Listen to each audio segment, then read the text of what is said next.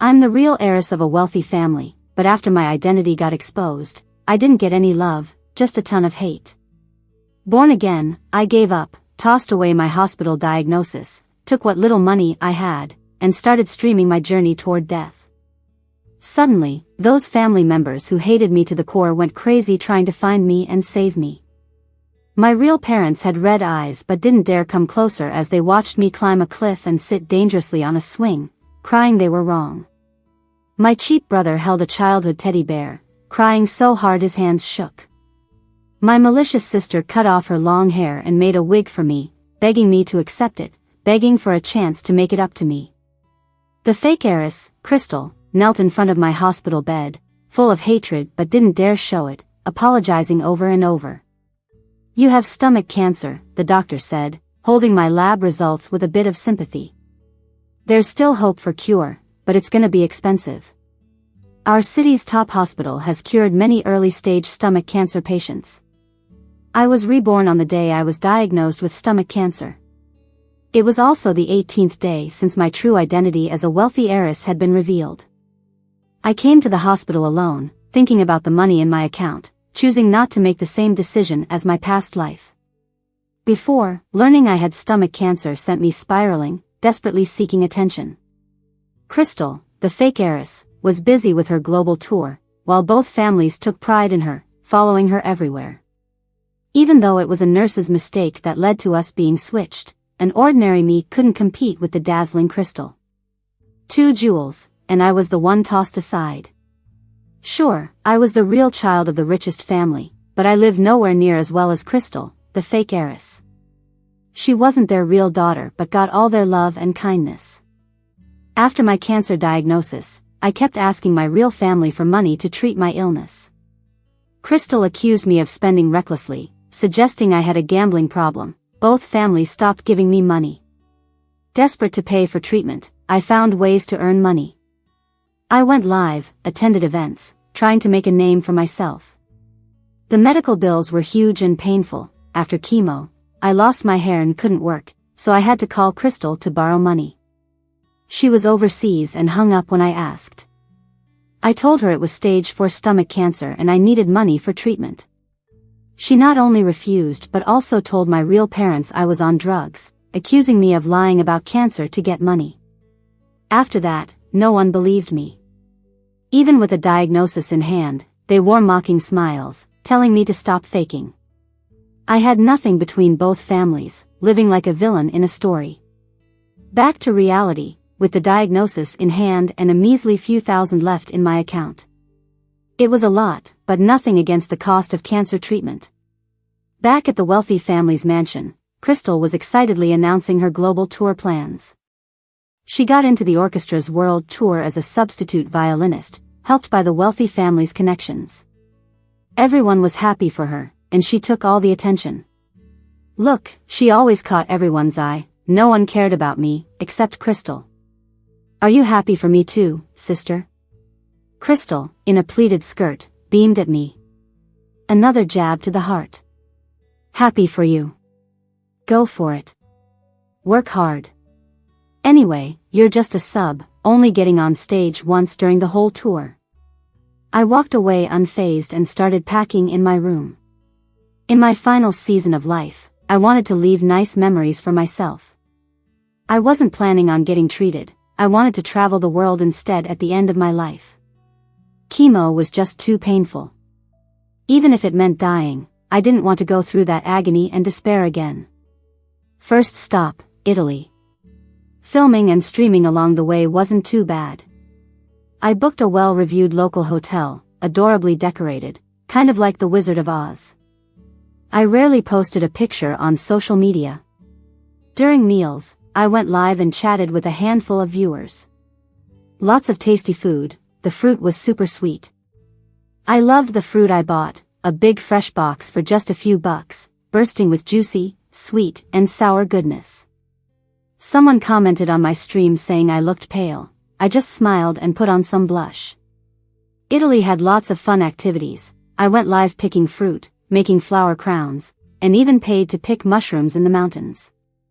The mushroom soup was amazing. I drank 3 big bowls, then threw up. Everyone in the live stream chat was joking about how much I was eating. Only I knew the real reason behind it. I'd been in Italy for 2 weeks and my biological parents finally remembered me and called. "Where are you? Crystal's about to start her world tour, hurry back." Their tone was a bit impatient, with Crystal playfully whining in the background. Viewers were hearing my call, so I gave a little smile and stepped aside. "You guys go on. I won't be joining. I have more important things to do." What could be more important? That was my brother, Ben. In my past life, he slapped me because of Crystal. I was already very sick then. I had knelt to beg Crystal for money to get treated. He pulled me up and slapped me, saying the richest family can't afford that embarrassment. I shrugged it off, speaking about myself as if my life didn't even matter. More important than my own life? Ben went silent, seemed pretty upset. "If you don't come back, I'll cut off your allowance." This time it was Mark, my so-called dad, talking. I was unfazed. "Sure, do what you want. Why would I care about the allowance if I didn't even care about living?" Back in the live stream chat, a few soft-hearted fans asked if I was joking. I smiled as I stuffed a piece of mango into my mouth. "Yeah, it's a life-threatening condition. So you better cherish seeing me now." I laughed it off, distracting everyone from the heavy stuff. People started calling me vain, telling each other to run, saying something's off with this woman. Suddenly, a colorful comment floated by, "You look really pale, maybe see a doctor."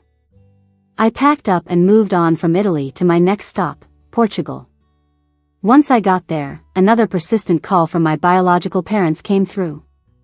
I ignored it, knowing they probably wanted a live stream of Crystal's moments abroad. I couldn't care less.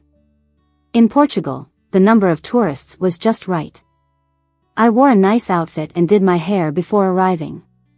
A little vain, I know, but right then I felt like a noble lady out of time. I held up my phone, chatting with viewers, responding to a few questions. When my arm got tired, I switched hands, my face briefly appearing on camera.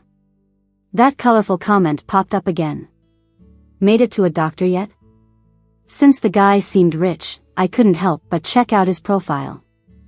The username was Bruce, with an ocean as the avatar, dark and a bit depressing. I looked away, hoisting the flowers I just bought, and replied, "Yeah, saw one. Doc says it's nothing serious, no need to stay in hospital." Stomach cancer, whether or not I stayed in a hospital was pointless. The guy went quiet, and I nodded, satisfied. I thought that was it, but then something unexpected happened. A small account, using the default system avatar, started relentlessly asking where I was. Viewers answered for me, but the person seemed to ignore them, frantically questioning me. "Where are you?" Suddenly, they mentioned my name.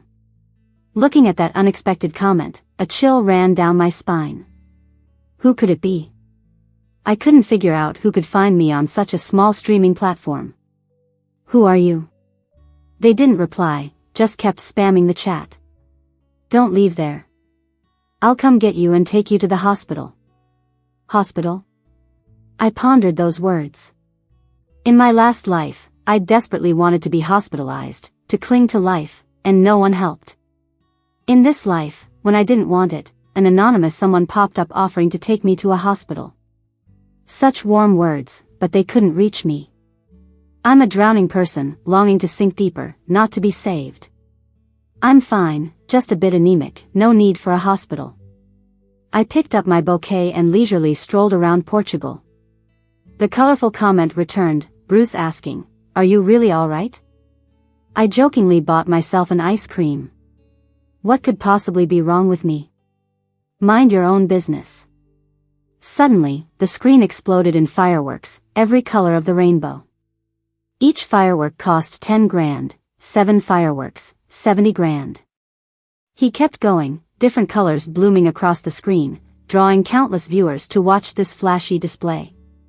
And the person with the system avatar kept saying, "Don't go. Stay there. Big Brother will take you to the hospital." Big Brother? I've got a big brother? I distinctly remember Ben saying he only had one sister, Crystal.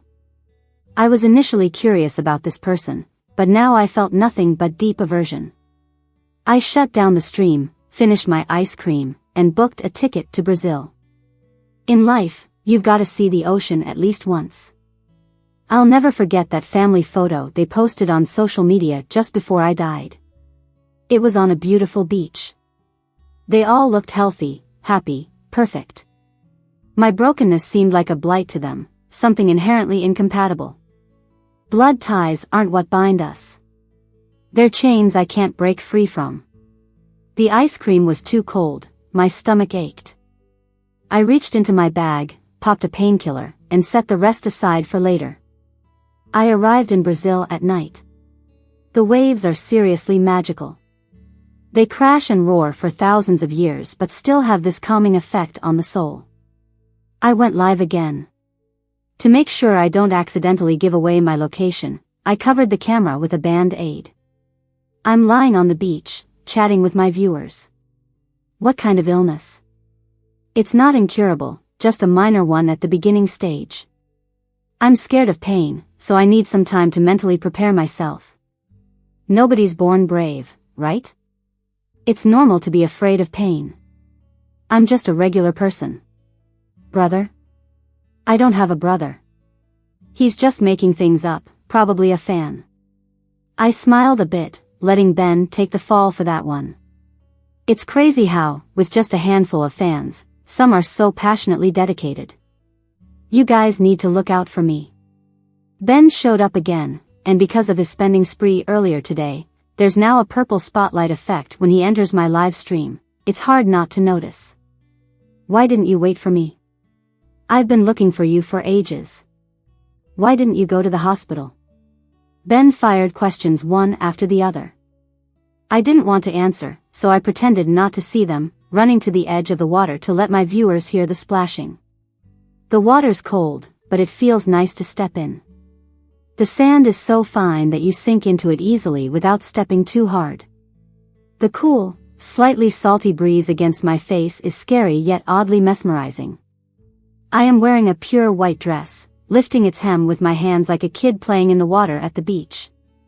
Splashing water around, there's no one nearby, but I'm having a blast on my own. The lights along the road are bright and beautiful, while the depth of the sea is a dark abyss.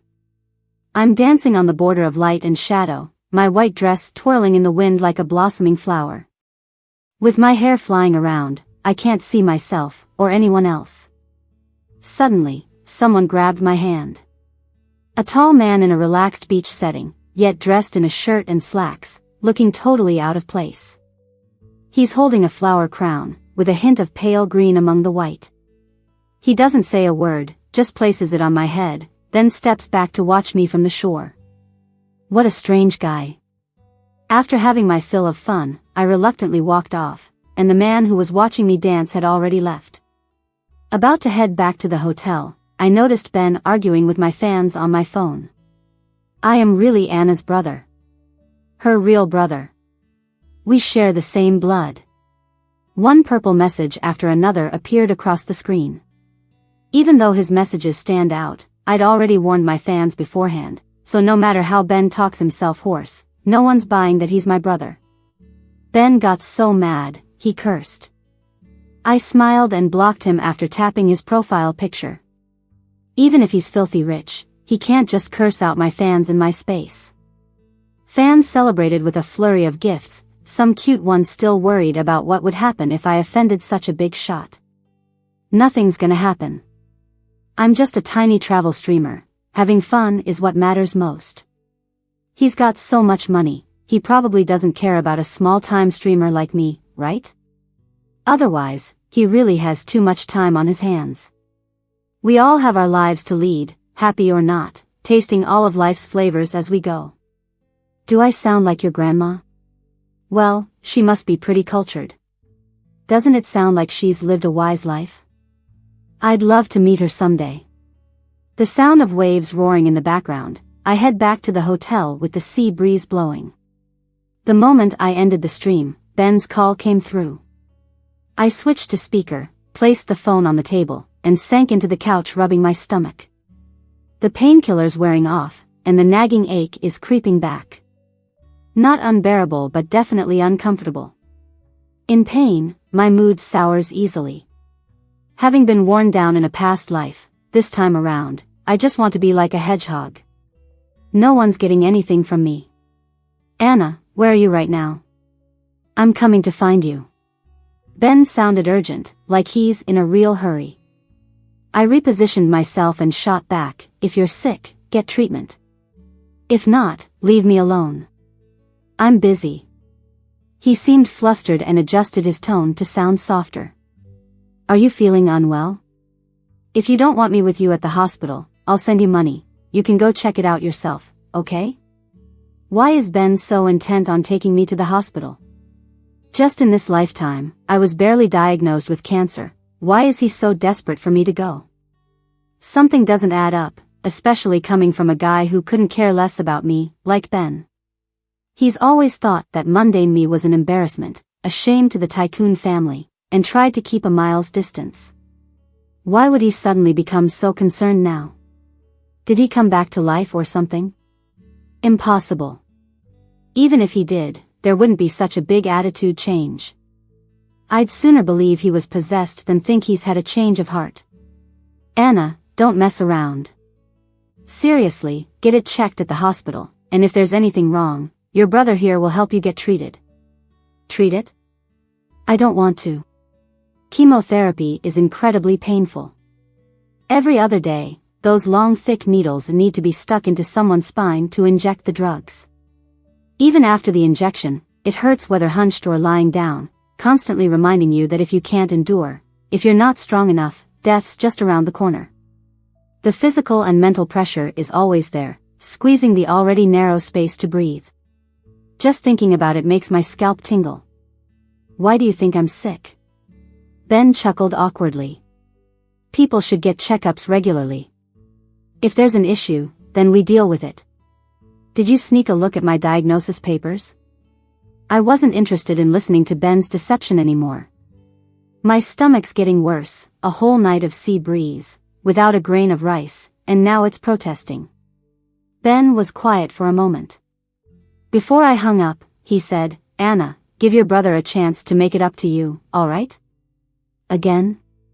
You can't just expect me to sit here and watch you. Let's get treatment. Bro won't waste money anymore, and I'll save everything for you. We'll get you treated. He didn't say a thing, so I hung up. Why would he want to save me just because he's been given a second chance? If he's reborn, shouldn't he be rushing to cover Crystal's real family background? There's no way Ben truly wants to save me. He's got to be pulling some trick I don't get. Living is so exhausting and painful. I really don't want to be in this world anymore. I ordered a seafood platter, changed into some warmer clothes, and started a mukbang for my fans. Thankfully, Ben didn't try making another appearance. Chatting with fans, shooting the breeze, isn't so bad. At least it's fun. The colorful comments popped up again. Bruce said, crab is cooling, don't eat too much. This fan's different from Ben. He's a big shot. Even if he doesn't throw much money my way, those colorful comments make him stand out. When a big shot speaks, I listen. I cracked a few crab legs for snacks, set aside the rest, and sipped on some seafood soup now and then to warm up. Mid-broadcast, the phone rang again, but this time it wasn't Ben, it was my mom, Kate. Kate's voice is as gentle as always. She first had a long spiel about Crystal's achievements and then encouraged me to be more like Crystal. Be like her? You mean be just as two-faced and cunning as she is, destroying my life with a few words? I've got things to do, I'll hang up now. Before the call ended, I caught a hint of annoyance in Kate's tone, like she was a little angry. Doesn't matter. This family is a mess anyway, has been for a while. Hadn't even returned to the live stream when the phone rang again. My hand shook as I answered it. It was Kate, again. This time her tone was much softer, so much so I wondered if someone had replaced her entirely. Sweet and gentle, it's almost like I could smell sunshine through the phone. Anna, how's your health? Eating well? Want to go get a health check with Mom? Stomach's acting up. I don't even want to pretend with this phony family bond, so I hung up and tossed the phone on the couch. The screen lit up persistently, but I ignored it. Ain't picking up, no matter what. Nobody's getting me to answer that call. I had a casual chat with Bruce while fiddling with the flower crown that a stranger gave me earlier. This rose variety is unique, petals white as snow with a faint blue-green tinge near the center. It looked a lot like the Lysianthus I was holding earlier. Bruce sent a comment, Mrs. Hardy, suits you well. I took a good look at the flower crown and guessed Bruce's job with the viewers. Could he be a florist? Nah, with those high-class comments, my esteemed big shot couldn't be just a florist. I'm convinced my dear big shot has a 100-acre flower field. Bruce didn't comment again. We couldn't guess his actual job, and soon the topic veered off wildly. At last, I promised the fans we'd go to the beach to check out some eye candy tomorrow, and that's when they let me off the hook. After a soak, I went to the hotel for an essential oil spa, determined to look stunning and outshine everyone tomorrow. In the morning, when the beach was packed, I went live. The azure sea lapping white waves, with part of the ocean turning greenish under the bright sun. Unlike yesterday's chilly night breeze, today's sun felt warm, the sand underfoot inviting. Holding my pricey mini rake, I started a live stream of my beach combing adventure. Kneeling, I dug around with the mini rake. The guy who gave me flowers showed up again, pointed to a small hole, and said there were razor clams inside. Looking at his handsome face, I chose to trust him. He held the phone while I kept digging ungracefully. No razor clams, but broke one rake. Colorful fireworks effects lit up on the screen, and the man's deep voice thanked the gift giver, which pissed them off. Checked to see it was Ben again. His account's been blocked, sitting in my blacklist. Don't know whose ID he borrowed to create a new one to act all admin-like, trying to control my live stream. What a joke.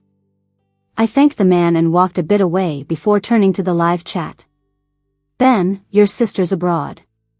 If you've got family drama to unload, just fly over and have a reunion. Why are you bugging me? Don't pretend our bond is deep, barely met. Really, it's nothing serious. We're all expendable. Stop saying I'm indispensable. Never once needed me. I think Ben's overdue for a tongue lashing. Hope I can talk some sense into him, keep him from bothering me again. Ben went silent, but continued gifting fireworks, one green after another. Is he nuts? Just as I was about to call him out, my dear big shot stepped in. An enchanting purple castle wiped out those headache-inducing green fireworks. Feeling much better now that the screen's cleared. Blatantly biased, sweetly thanking Bruce with, thanks, Bruce, for the dreamy castle. Keep it up. Truth be told, flirting's an art I probably lack talent in. But Bruce seemed to enjoy it, sending down even more castles. Ben got mad, throwing in his own castle gifts. 99 magical castles trigger a little Easter egg on the streaming platform. In that dreamy purple castle, a girl in a princess dress appeared, and a knight in shining armor swooped down to carry her away. The two walked, hand in hand, into the castle. Alright, this scene really has that vibe of a female host and her top fan's married life. Bruce paused his gift giving, but Ben didn't stop. He sent 99 fairy tale castles and triggered a special effect. I nearly gagged. Ben, just get lost. Putting aside the unpredictability of Ben, the trip to Brazil was amazing. Sun, beach, palm trees, and countless hot guys and girls on the sand. I'm basic, I just love watching hot people getting cozy. On the 5th day of my fun in Brazil, I ran into two unexpected people. My birth parents. They looked worn out, dressed in expensive suits and gowns, with fatigue they couldn't hide. Is the richest family going bankrupt? Shouldn't they be abroad with Crystal on her world tour? I hadn't even asked, when Kate rushed over and hugged me the moment she saw me. Are you nuts? I felt tears at my neck, Kate's tears dripping on me. Hot, but they quickly cooled. Kate held me so tight, giving me this mistaken sense of being important. But just looking at Mark on the other side wiped that feeling away. What is this? What game is the richest family playing now? No way, Anna, pull yourself together. Don't be fooled by the enemy's sweet traps. Did you not learn last life how you ended up broke, alone in a hospital dying? You can't let sentimentality take over. I pried Kate's hands off me and took a few steps back to a safe social distance, then asked them, what do you want? If it's nothing, I'm leaving. That handsome guy who gave me a flower crown is still waiting for me on the beach. Kate answered me with tearful eyes. What's wrong with these people, crying first without talking? Is the richest family really bankrupt? They can't be broke and trying to take back the tens of thousands I have, can they? Not likely. Crystal's music room has violins worth more than that. Anna, listen to your mom and come to the hospital with me, okay? We can't postpone your treatment any longer. My treatment? Did Ben spread my diagnosis everywhere? When I had cancer last life, they weren't this upset, just disappointed, telling me to stop making trouble. Kate cried elegantly, her silent tears flowed gracefully. Watching her cry so beautifully made me feel guilty. Why didn't I inherit that trait? If I had, I wouldn't have made no money streaming last life. If I had learned, I'd cuddle a camera daily, streaming my tears. Suddenly, my biological father interrupted my thoughts. He looked at me cautiously, testing his tone. Anna, your dad's been traveling a lot and not feeling well. Will you come to the hospital for a checkup? We could all get a physical together. A hospital? Again with the hospital? Are the Lee family obsessed with hospitals or something? I laughed coldly, crossing my arms, watching this couple supporting each other. Picture perfect, they seemed to have a stable marriage and harmonious relationship. With 2 daughters and a son, they clearly looked like a happy family of 5. How could this family checkup concern me? Ben is like this, and so are they. A strange thought crept up, could they be like I think? Reborn too? A group rebirth? Family-style rebirth? Nowadays, is rebirth a family thing? How is the Lee family like clingy tape, dying and coming back to cling? I looked at the middle-aged couple, feeling something break inside. I thought fear of death meant being invincible this life, but it turns out I still care.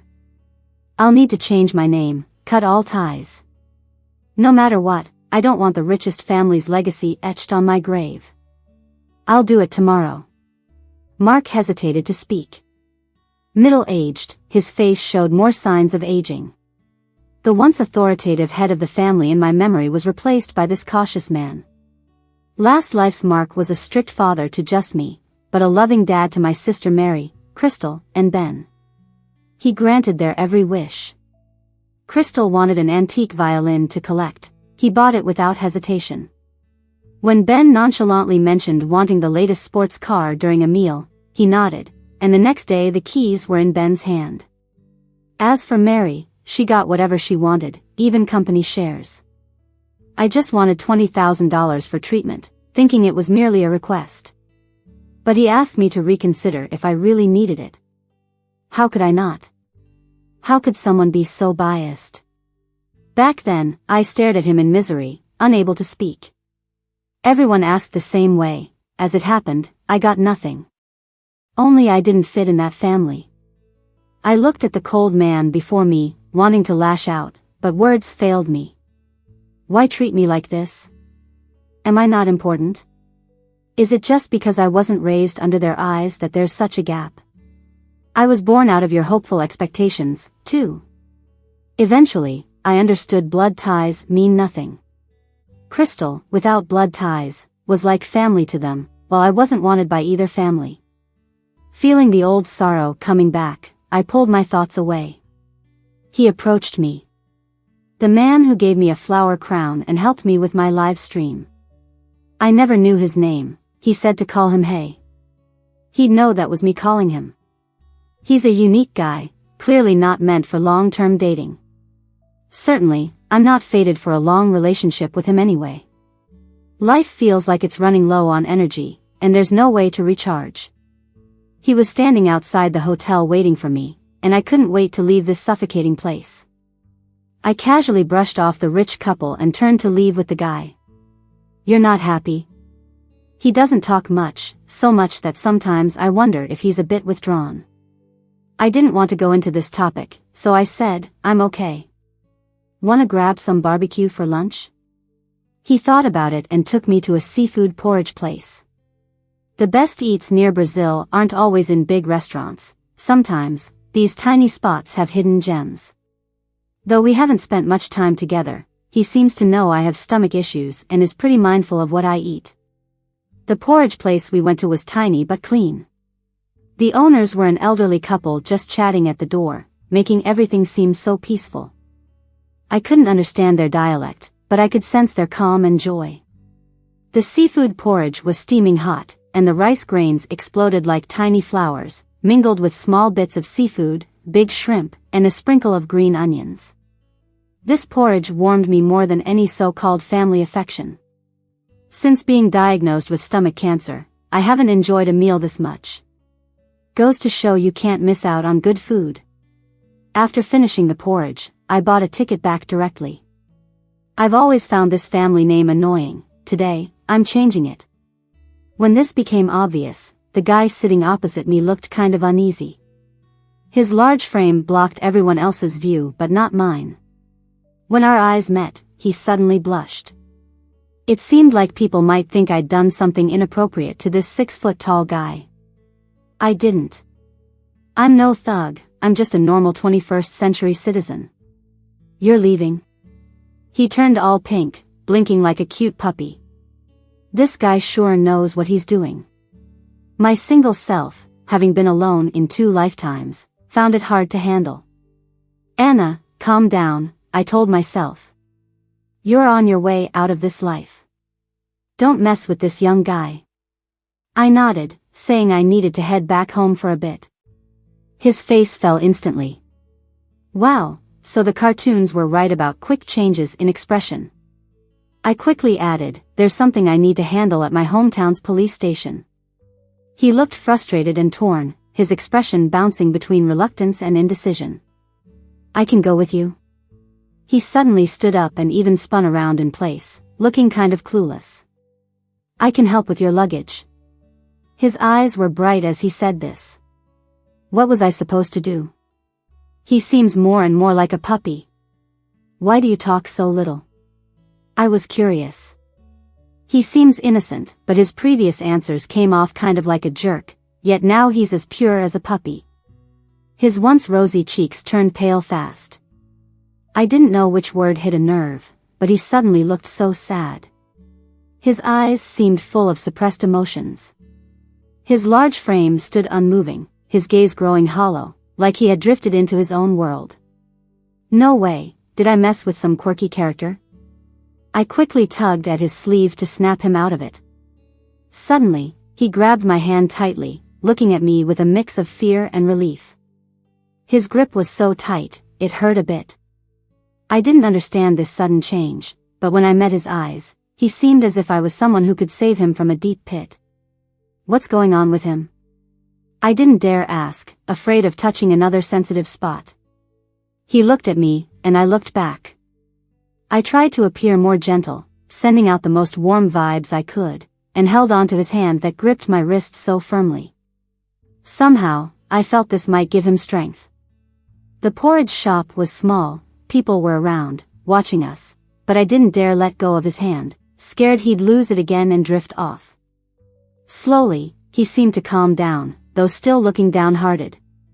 He held my hand as we left the shop, and he didn't let go the entire way. He held it tight, not realizing it himself, and I didn't mention it. Bit by bit, we walked back to where we first met. I found a sheltered spot and leaned against a stone, listening to his story. He told me he has survivor's guilt. On his 18th birthday, his family planned to celebrate at a restaurant. That day, they got into a horrible multi-car crash, 7 cars piled up. Their car was smashed, but he survived in his brother's arms, escaping death. His brother died protecting him, though. His dad was impaled by a truck's steel pipes and suffocated, and his mom died from a head injury. If it weren't for wanting that birthday dinner, they wouldn't have been in the crash. Survivor's guilt is when the person left alive feels guilty about others who didn't make it. They think if only they'd done something different, maybe the tragedy wouldn't have happened, or others wouldn't have died. Now he's the only one left from his family. That crash left scars on his mind. He despised himself, thinking if he hadn't insisted on dining there for his coming-of-age ceremony, his family would still be alive. His grief was almost visible, as he crouched down, wrapping himself into a tight ball. I didn't know how to comfort him. It was like I could see his soul struggling painfully, yet I felt helpless. This helplessness matched trying to save myself alone in the hospital. But how do you save others and you've given up on saving yourself? I hung out with him for a long time. He was crouching on the ground at first, then he just kind of slumped against the big rock I was using to shield us from the wind, staring at the ocean, lost in thought.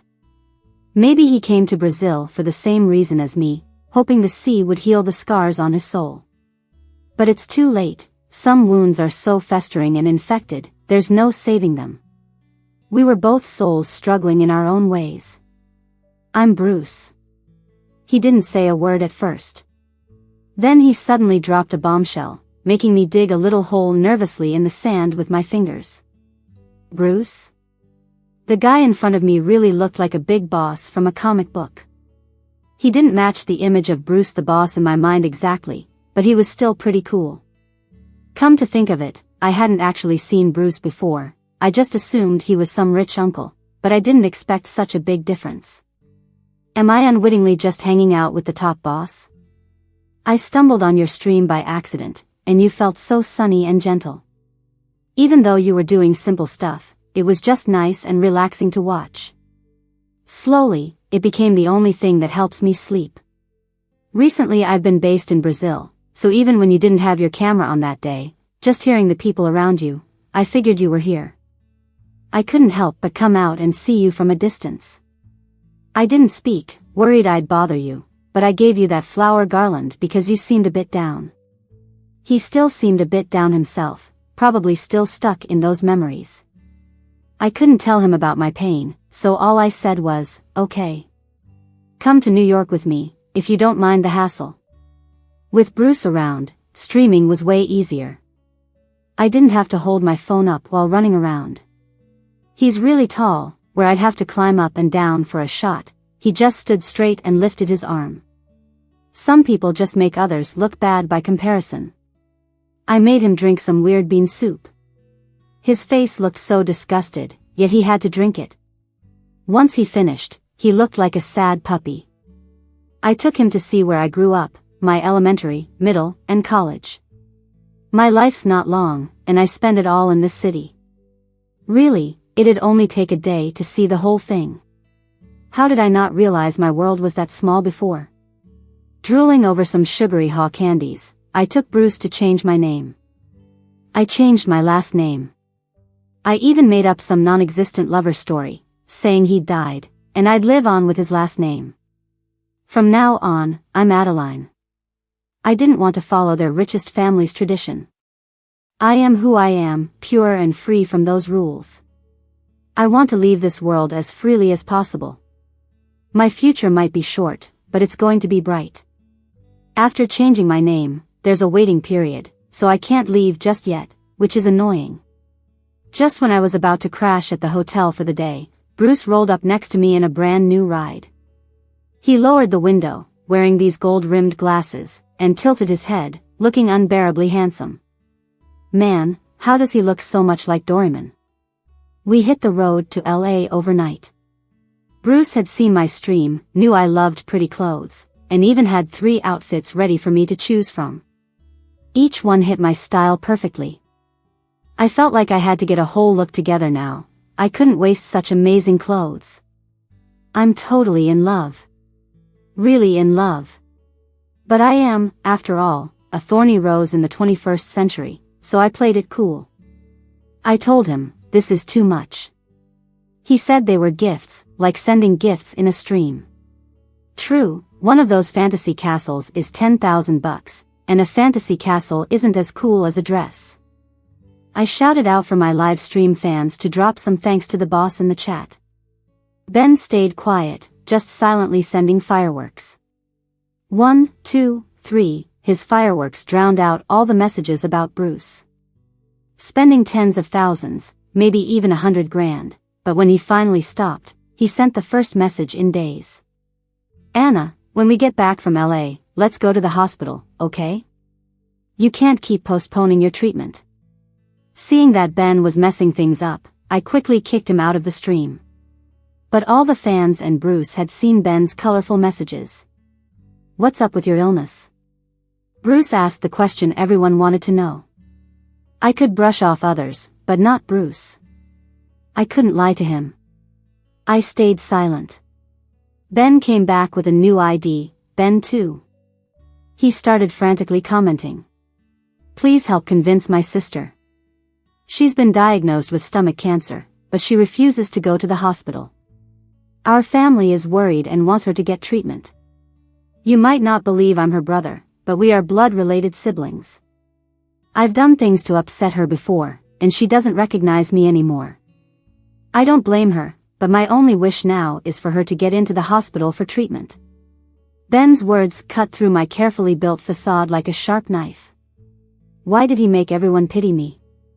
Why did he want to turn my cherished stream into something I dreaded? Why ruin the peace I struggled to create? This small streaming space was my last bit of purity. Why couldn't they leave me just one clean spot? Fans were getting anxious, flooding the chat with questions, asking if it's true. It was moving too fast to keep up. What could I say? Some truths don't disappear just because you don't acknowledge them. Bruce helped me turn off the stream. I stood there, unmoving. If I regret anything since coming back to life, it's not dealing with Ben myself. My body and soul were exhausted, lacking even the strength to raise a hand. Bruce stood next to me, gently hugging me. He was so tall, with a wide, warm chest. In the early autumn chill, it felt just right. But I wasn't. You know, people who are feeling down are hard to cheer up. Tears just keep coming, no way to hold them back. Bruce's shirt is soaked from my crying. It's not like I wanted to cry, the tears just happened. This overwhelming sense of helplessness feels like a mountain crushing me. I have no clue what to do. I just wanted to do a live stream to capture my last carefree moment. Why is it so tough? Living is exhausting. Bruce, living is really exhausting. The Bruce I thought was so fragile turned out to be the pillar holding up my emotions. I feel kinda bad for him, but I can't help it. The tears just won't stop. They run off my nose, and I end up smearing them everywhere. Turns out when you're super upset, tears are just uncontrollable. It's amazing how many tears can come from such small eyes. I don't want treatment. I don't want chemo, it's too painful, like really painful, Bruce. It could kill me. I don't want to get treated. Is it too much to ask just to die in peace?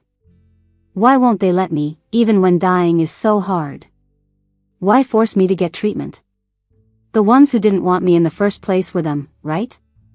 They were the ones who rejected me first. In my last life, I died alone in a hospital. No one ever cared about me, really. They're all liars. They never loved me at all. I cried in Bruce's arms, rambling on, spilling all my grievances that came to mind. Bruce is honestly like the gentlest sea, so soothing. He held me, gently patting my back like calming a kid.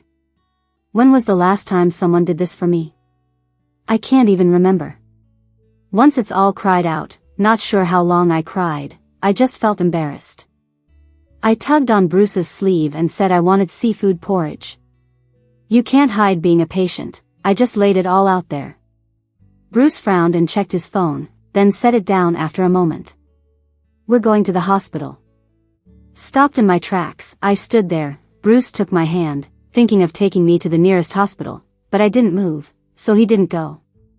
"We're just gonna check if you can't eat anything in particular." Bruce didn't quite get why I was against the hospital but explained why he wanted to take me there.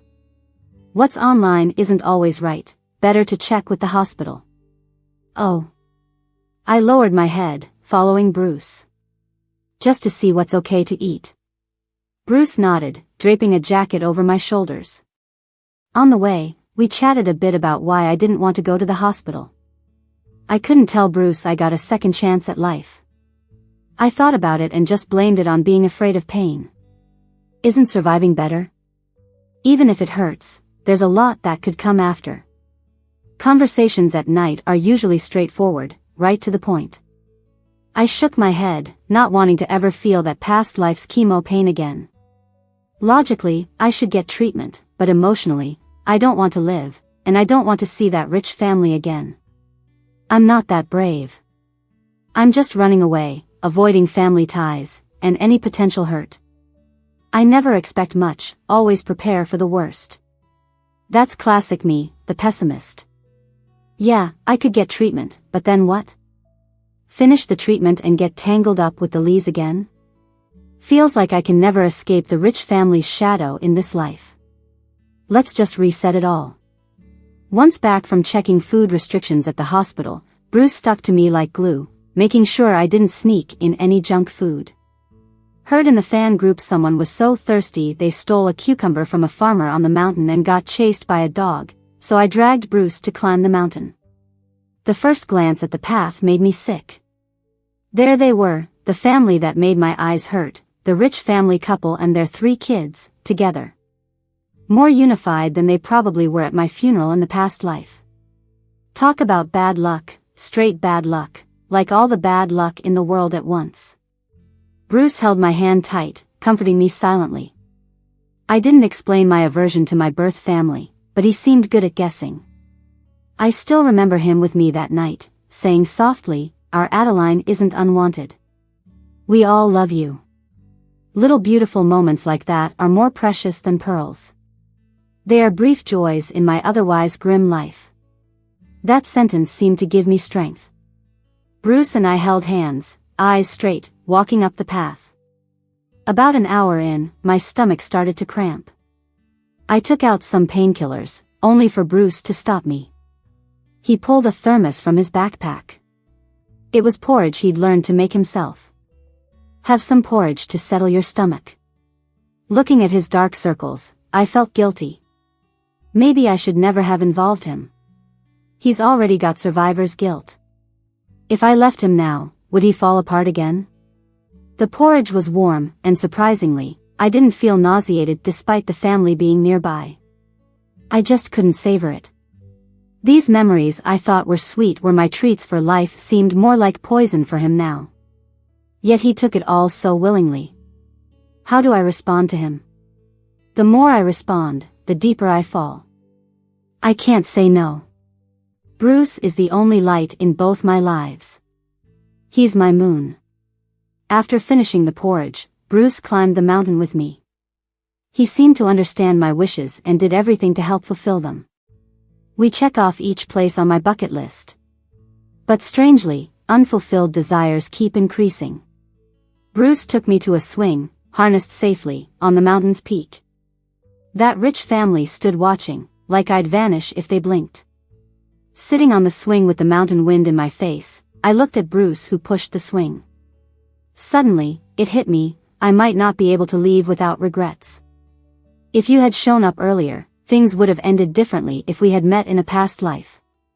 I've been zoning out on the swing for a long time, while Bruce helped push it. Lost in thought, my hand slipped off the swing. A scream came from the tycoon's estate, it was Kate's. I looked up to see her, not noticing until then that she was already crying. Why cry? Crystal was fine right beside her, wasn't she? Disgusting. They were so cold to me in our past life, and now they act like they care. My change was due to being reborn, but what about theirs? Were they reborn too? So is this whole twist of fate meant for me to mend regrets, or to let them ease their guilt? Are they trying to escape guilt? That's why everyone's so suddenly concerned about me and constantly suggesting they take me to the hospital. At this moment, I seem to find a way to get back at them. I let go, let the swing go higher, and laughed wildly, casting my gaze to catch every inch of pain on the faces of those from the tycoon's house. The couple's eyes got red, and Kate couldn't maintain her elegance anymore, stumbling towards Bruce. Get away. Don't touch him. Like a cat whose territory had been invaded, I lashed out with everything I had. She halted, frozen in place, helplessly crying out. She was begging me to stop. Bruce seemed to catch on to my intentions. I swung even higher, sitting even less steadily. Ben was crying too, punching the mountain wall with blood seeping from his knuckles. His hand trembled, but he didn't dare look away. So why do they care so much about me? I don't get it. But I like seeing them suffer. I spread my arms wide, embracing the mountain wind and mist, and all the beauty of the world. The look on the tycoon family's faces was twisted with anger, and hatred in Crystal's eyes seemed almost tangible. If looks could kill, I'd probably be dead by now. You hate me? I kind of get why she dislikes me, but I never knew her dislike could drive her to push me towards death. Crystal stood off to the side, barely noticeable, which was strange for someone so desperate for attention. Now, she's making herself small on purpose? I won't let that happen. Pointing to where she was standing, I called out to the tycoon family, accusing, "Did you bring her here to make sure I didn't die sooner?" Crystal's head shot up, glaring at me with fierce, poisonous eyes, while the family followed my finger's direction. She quickly lowered her gaze, feigning innocence, saying weakly, "Sis, I know I was wrong, please forgive me, okay?" That look, truly revolting. I got off the swing, my legs a bit weak, leaned against a tree trunk, waiting for strength to return.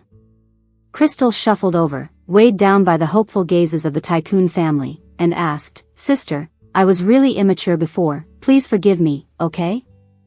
I smacked her hand away, tears welled up in her eyes as she pitifully looked to her parents. No one paid her any mind. Everyone was watching me. This was one of the rare times I showed aggression. Bruce stayed by my side, seemingly afraid Crystal would lash out. She was about to cry out loud, but I clutched my stomach and knelt down slowly. It hurt. Laughed too much earlier, the cold air flooded in, and swinging for too long got me a bit sick. Bruce quickly scooped me up and rushed down the mountain, Ben following, and the tycoon couple trailing behind. Crystal? She was likely left at the mountaintop. By the time we reached the hospital, my mind was still foggy. My thoughts were stuck on the cable car ride when Bruce's single tear landed on my jacket. Regret spread like ripples from a drop in a lake. I never thought that one day, faced with death, I'd have second thoughts. If I died, he'd really break down. I let him take me for the tests. Lying on the hospital bed, the way the tycoon family looked at Bruce practically sparkled with admiration. Especially Ben, who just in a live stream had been quietly competing with Bruce, now following him around calling him Bruce Bro non-stop. Kind of embarrassing we're related. By the afternoon, waking from a nap, Bruce wasn't by my side. Ben was sitting there clutching a plush teddy bear. I knew him, and he knew me. I didn't want to play these guessing games anymore, closed my eyes, not even wanting to look at him.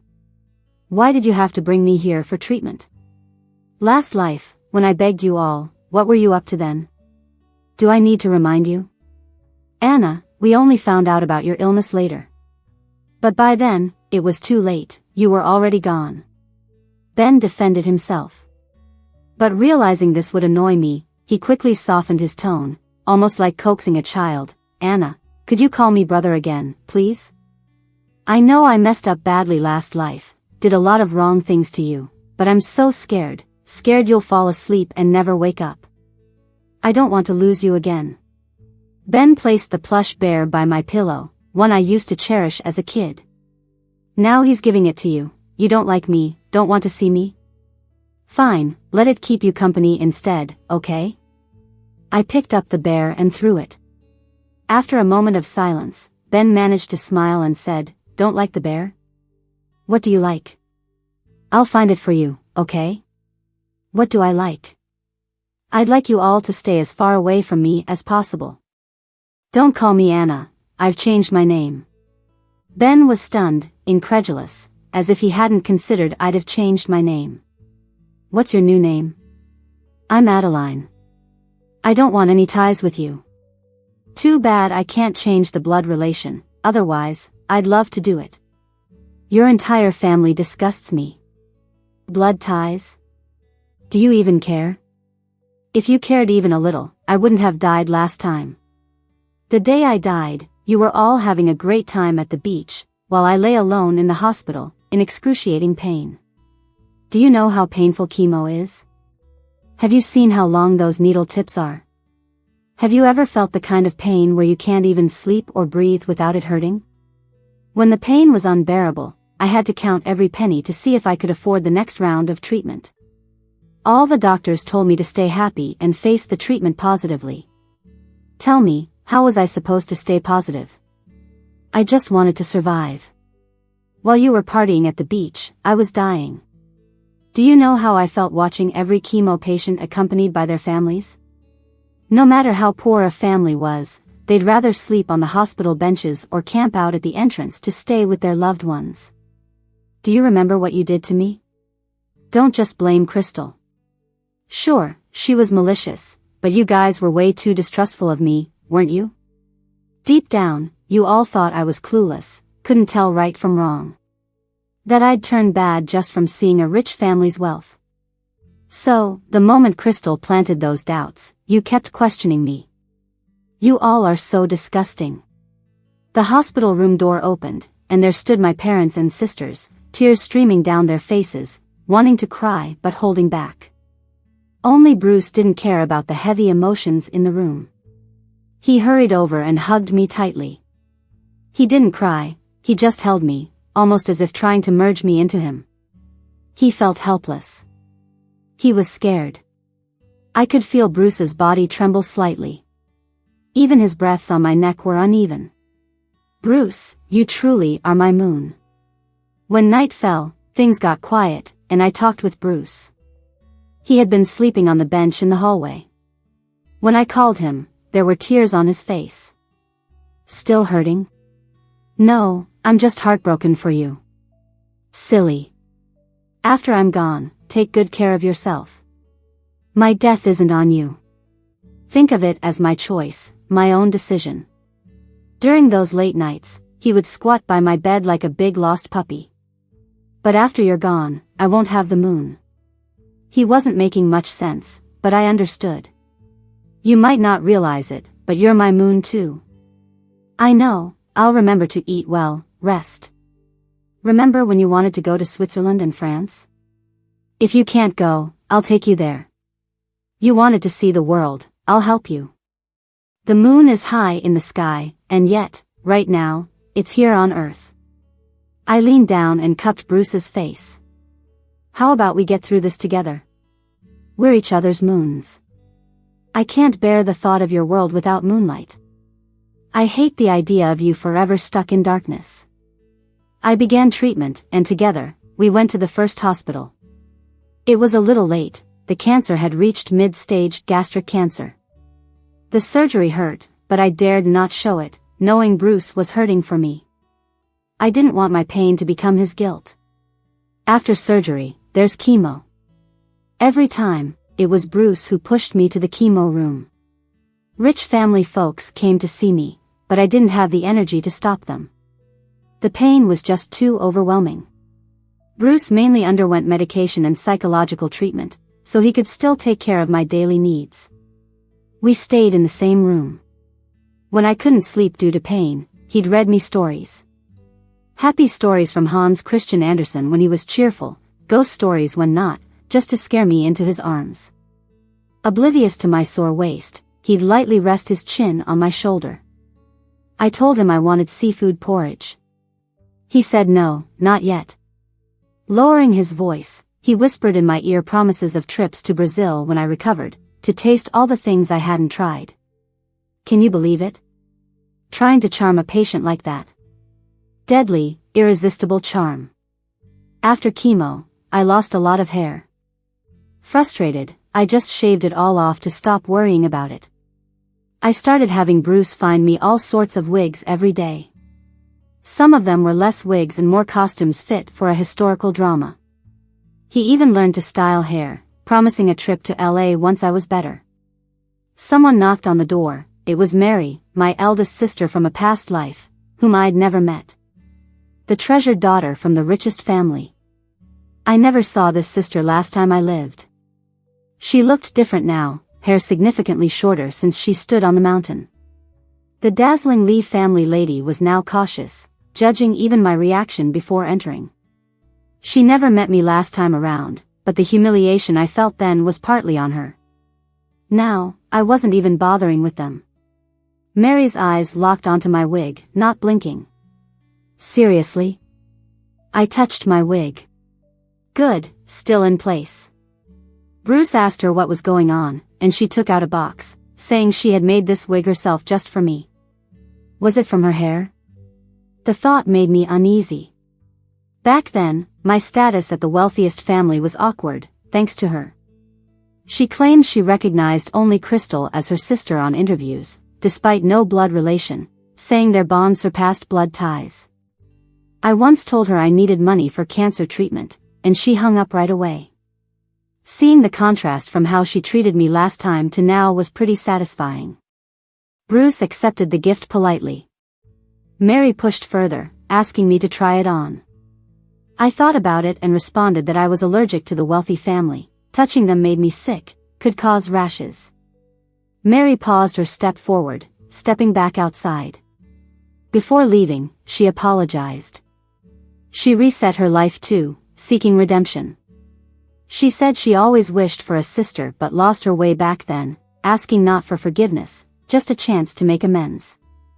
Emotions and relationships shouldn't be all tangled up. If you're gonna break it off, then just do it cleanly.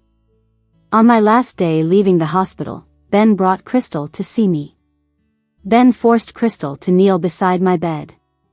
Crystal, filled with resentment, softly said sorry to me. I looked down and noticed Crystal's awkwardly positioned right hand. I glanced at Crystal, then at Ben. Crystal looked angry but silent, while Ben barely contained his fury and aggression. Wow, even the richest families have their internal battles. Crystal, who had been learning violin since she was a kid, cherished her hands like treasures.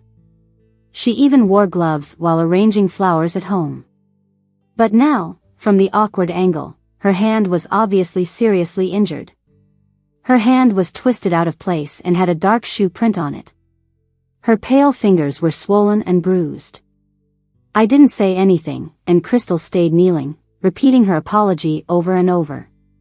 Ben stood behind her, glaring at her like he was supervising.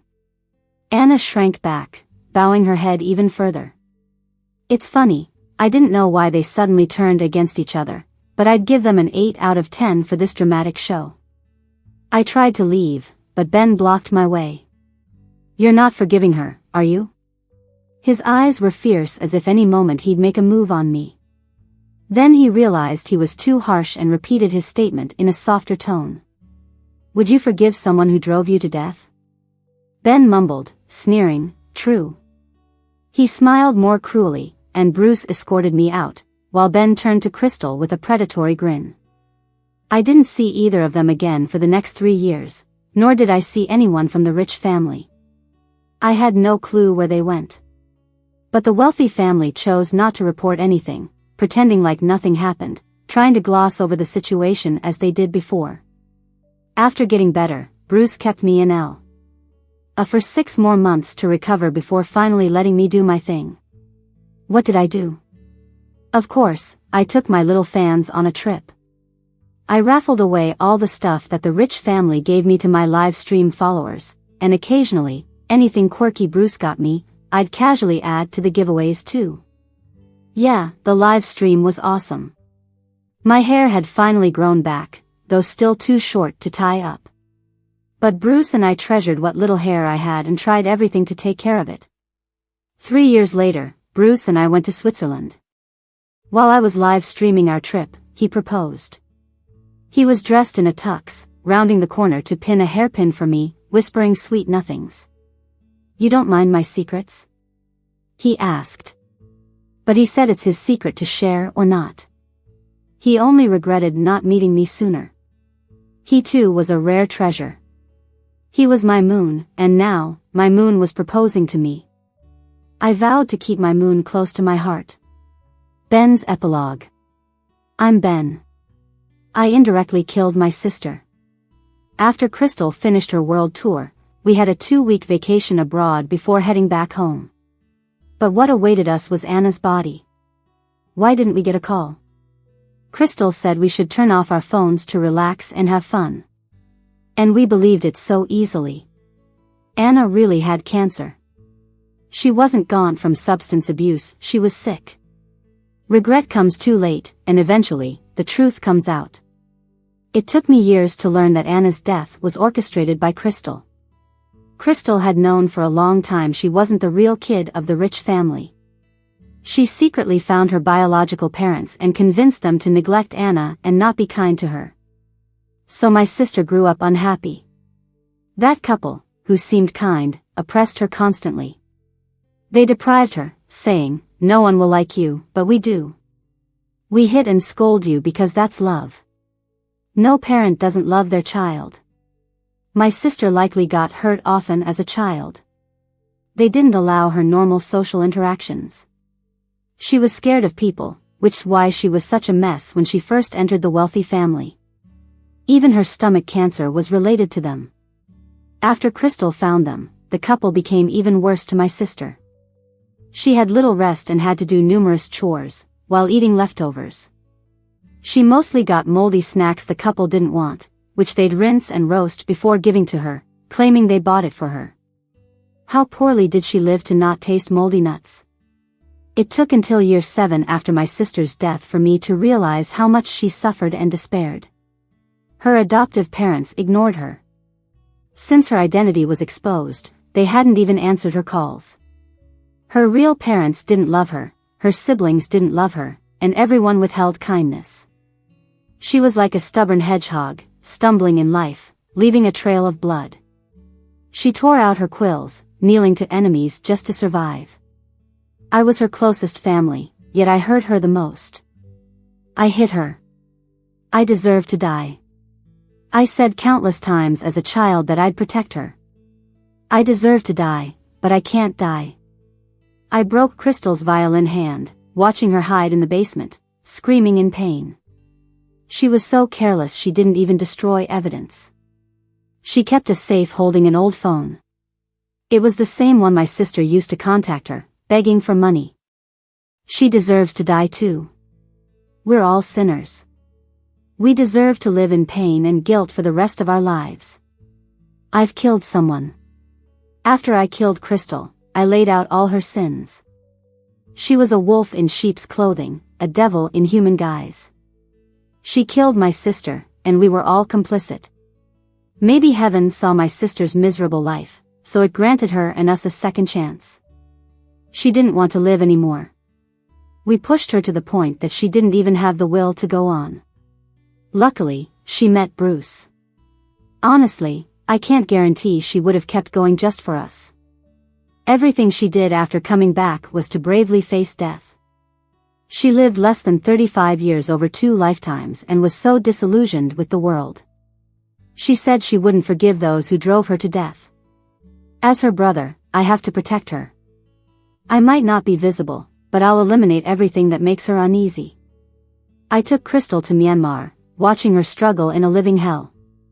Her biological parents will join her there too. I witnessed Crystal take her last breath and then returned home to turn myself in. I'm a sinner, and I'm not living well. Would that make her happy? Sadly, she didn't want my teddy bear. I buried my teddy bear where her grave used to be in her past life. If someone has to die, let it be me instead of her. In the next life, let me be your brother again, or even your father. I'll do everything I can to protect you.